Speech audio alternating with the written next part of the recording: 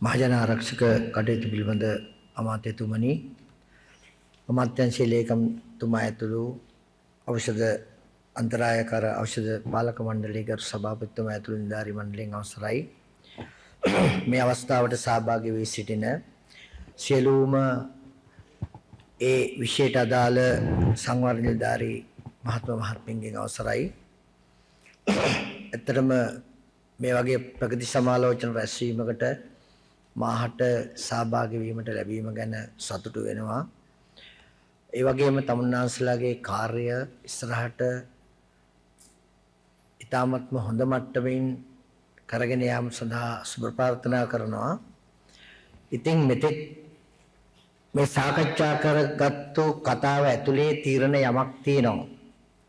මොකද ඔබතුමන්ලාගේ සේවය මේ වාර්තා ඇතුලේ ගොඩක් කියවුණා.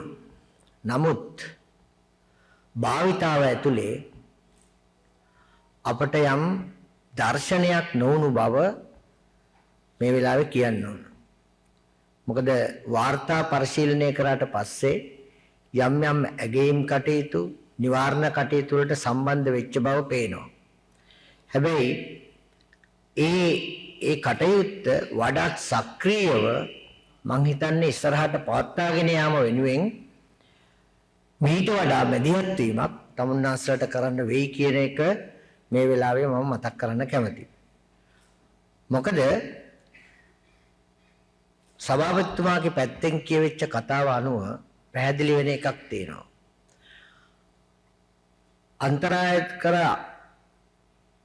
ඖෂධ ජාතික පාලක මණ්ඩලයේ තාක්ෂණිකව පැත්තෙන් සම්පූර්ණ වී යුතු කරුණු ටික සම්පූර්ණ වෙලා තියෙනවා. අදාළ නිලධාරී මණ්ඩලයේ ඉන්නවා. පසුගිය අයවැයෙන් වෙන් වූ මුදල් ටිකක් තියෙනවා. අමාත්‍යාංශයේ තියෙනවා. මේ සියල්ල සම්පූර්ණ වෙලා තියෙනවා. නමුත් අපි මෙන්න මේ මද්ද්‍රව්‍ය භාවිතාවට අදාළ ගත්තාම සමාජයේ ඉස්සරහා තියෙන කතාව ඊතරම්ම හොඳ නැති බව අපට පිළිගන්නට සිද්ධ වෙනවා. මොකද මේ පිළිබඳව ඇබ්බැහි වූවන් විශේෂයෙන්ම පාසල් සිසුන් සහ අනෙකුත් තරුණ ප්‍රජාව ගත්තට පස්සේ ඊතරම්ම සමාජයේ හොඳ කතිකා මට්ටමක් අපට ඇහෙන්නේ නැහැ. ඒක නරක තලයක තියෙන බව කතාවල් වලින් පේන්නේ. ඒක අපට භාවිතාවෙනුත් පේන දෙයක් තියෙනවා. ඉතින් එහෙමනම් අපි අපේ භාවිතාව මීට වඩා වෙනස් තලයකට ගන්න ඕනේ කියන යෝජනාව මේ වෙලාවේ මම කරනවා. විශේෂයෙන් මම ඔබට යම්කිසි කාරණාවක් කියන්නම්. අපිට ඉස්සරහට ඔබගේ සේවය දැන් අඳුරගත්ත විදිහට පේන්නේ ඕගොල්ලෝ ප්‍රාදේශීය ලේකම් කාර්යාලවල තමයි තමන්ගේ කටයුත්ත මෙහෙවන්නේ. එතන මූලික කරගෙන මම යෝජනාවක් විදිහට ගේන්නම්. ඕගොල්ලන්ට පුළුවන් මං හිතන්නේ ප්‍රාදේශීය සම්බන්ධීකරණ කමිටු වලට සක්‍රීය දායකත්වයක් දෙන්න. දැන් මමත් ඒ සභාපතිත්වයේ දරන ප්‍රාදේශීය සම්බන්ධීකරණ කමිටු දෙකක් තියෙනවා. මම දැන් රැස්වීම වාර 7-8ක් ඇඳවලක් තියෙනවා. නමුත් එතන වුණත් ඔබගේ සේවය ලොකුවට හයිලයිට් උනේ නැහැ. එහෙම කෙනෙක් ඉන්නවද කියන එක පිළිබඳව ලොකු කතාවක් ඇති වුණේ නැහැ. විශේෂයෙන්ම කොළඹ නගර සීමාව ඇතුලේ තීන වේල්ල වීදිය ප්‍රාදේශීය ලේකම් කොට්ටාසය ඇතුලේ තමයි ගොඩක් මේක ප්‍රශ්න තියෙන්නේ. හැබැයි ඒ ප්‍රශ්නේ පොලිසියත් එක්ක අපි ගොඩක් සාකච්ඡාවක් අරගෙන යනවා. එවැනි අවස්ථාවකවත් මේ ඔබගේ තනතුර පිළිබඳව ලොකු කතිකාවක් ඇති වුණේ නැහැ. ඒකින්ද මම යෝජනාවක් විදිහට කියනවා. හැකියාවක් ලැබෙයි ඉස්සරහට ඔබතුමන්ලට ප්‍රාදේශීය සම්බන්ධීකරණ කමිටු වලට සම්බන්ධයක් හදාගෙන එතෙන්ට සහභාගී වෙන්න. එතන එන සංඛ්‍යා දත්ත එක්ක ඔයගලන්ට කටයුතු කරන්න පුළුවන් වෙයි කියලා. ඒ වගේම තමයි මම හිතන්නේ පොලිස් දෙපාර්තමේන්තුව වගින් අලුත් චක්‍ර ලේඛනයක් එනවා. මේ මහජන ආරක්ෂක කමිටු අලුතෙන් නිර්මාණය කරන්න පැවති කමිටු අහෝසි වෙලා අලුත් චක්‍ර ලේඛනයේ යටතේ මහජන ආරක්ෂක කමිටු පිටුවීමට අදාළ කටයුත්තක් තියෙනවා. අන්නේ කටයුත්තේදී වුණත් ඔයගොල්ලන්ට යම් දායකත්වයක් මට හිතෙන්නේ ගමට දෙන්න පුළුවන් කියලා. මොකද එතන විශේෂත්වයක් දක්වලා තිනවා තරුණ ප්‍රජාව පිළිබඳව. තරුණයන් පිළිබඳව. ඒ තරුණයන්ගෙනුත් කාන්තාවන්ට එයින් හරි අඩක දායකත්වයක් ලබා දීලා තිනවා චක්‍රලේඛනයේ ඇතුලේ. ඉතින් ඒක නිසා අවුරුදු 15-45 අතර